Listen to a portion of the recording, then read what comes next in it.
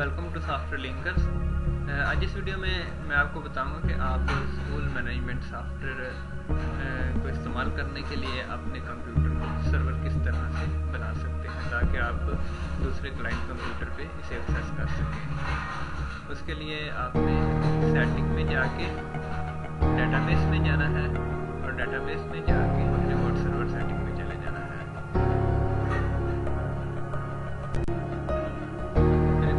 Setting में जाके आपने सबसे पहले क्रिएट फायरवॉल पे क्लिक करेंगे और क्रिएट पर क्लिक करेंगे। इससे क्या होगा कि ये फायरवॉल का टूल आपके सिस्टम में बना देगा। दूसरे नंबर पे एनेबल एमएमसी पे क्लिक करेंगे आप और फिर एनेबल एमएमसी पे क्लिक करेंगे। इस जगह पे जाके हम लोग सिस्टम पे पोर्ट लगाएंगे।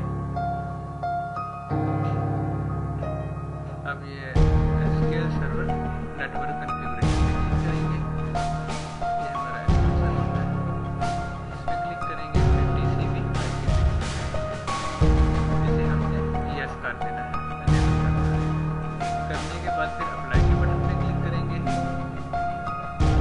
इसके बाद फिर आईपी एड्रेस पे चले जाएंगे और टीसीपी पोर्ट के सामने हमने लिखना है 1433।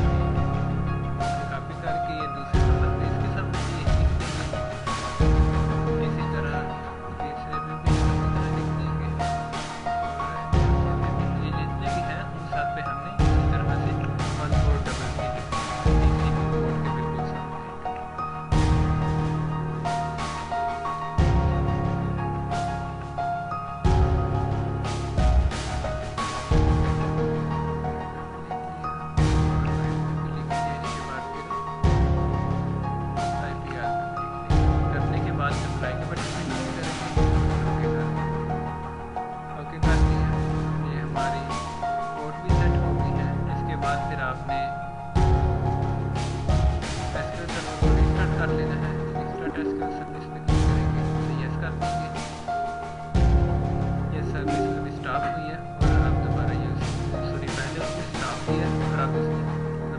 स्टार्ट किया।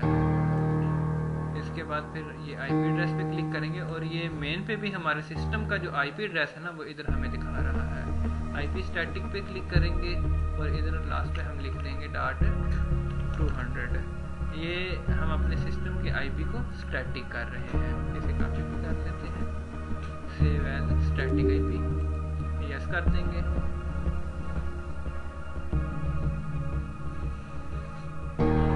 करने के बाद हमारा इंटरनेट जो है वो एक दफ़ा डिस्कनेक्ट होगा और उसके बाद फिर दोबारा कनेक्ट हो जाएगा। जब आपका आईपी एड्रेस स्टैटिक हो जाएगा उसके बाद आपका इंटरनेट एक दफ़ा डिस्कनेक्ट होगा और दोबारा फिर कनेक्ट हो जाएगा। अगर आपका इंटरनेट दोबारा कनेक्ट नहीं होता तो आपने फिर चेंज डायनामिक वाला जो बटन है इसके ऊपर क्लिक कर देंगे तो आपका आईपी एड्रेस दोबारा डायनामिक हो जाएगा और आपका इंटरनेट जो है वो भी चढ़ जाएगा। अब हमारा सर्वर कंप्यूटर जो है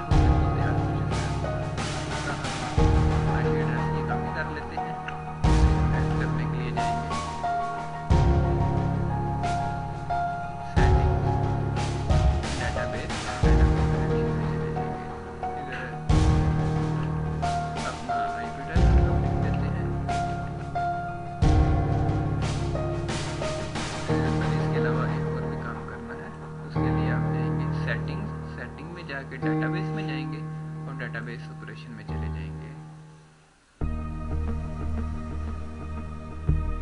सबसे पहले आपने चेंज ऐसे पासवर्ड टू एडमिन 123 जो आ रहा है इसके सामने अप्लाई के बटन पे क्लिक करना है। करने के बाद फिर आपने अपने डेटाबेस का नाम चेंज करना है। डेटाबेस के अंदर अगर स्लैश आ रही हैं तो इन्हें ख़त्म करना है। इस तरह ये स्लैशेस आ रही हैं। अगर ये नहीं आ रही, डेटाबेस का नाम सिंपल है इस तरह से, फिर आपने डेटाबेस का नाम नहीं चेंज करना। इधर से हम डेटाबेस को सिलेक्ट करेंगे और ये डेटाबेस का नया नाम जो रखना है वो इधर टाइप करेंगे और अप्लाई के बटन पर क्लिक करेंगे। इससे क्या होगा कि हमारी डेटाबेस का जो नाम है वो चेंज हो जाएगा। दोबारा अगर हम देखते हैं तो हमारी डेटाबेस का नाम जो है वो चेंज हो चुका है। ये काम करने के बाद आपने सेटिंग्स में जाना है, डेटाबेस और डेटाबेस कनेक्शन में चले जाएंगे। इधर वो आईपी एड्रेस हमने लिख देना है। आईपी एड्रेस हमारा सेटिंग डेटाबेस और remote server setting. IP address है। इसे कॉपी करने के लिए आईपी स्टैटिक पे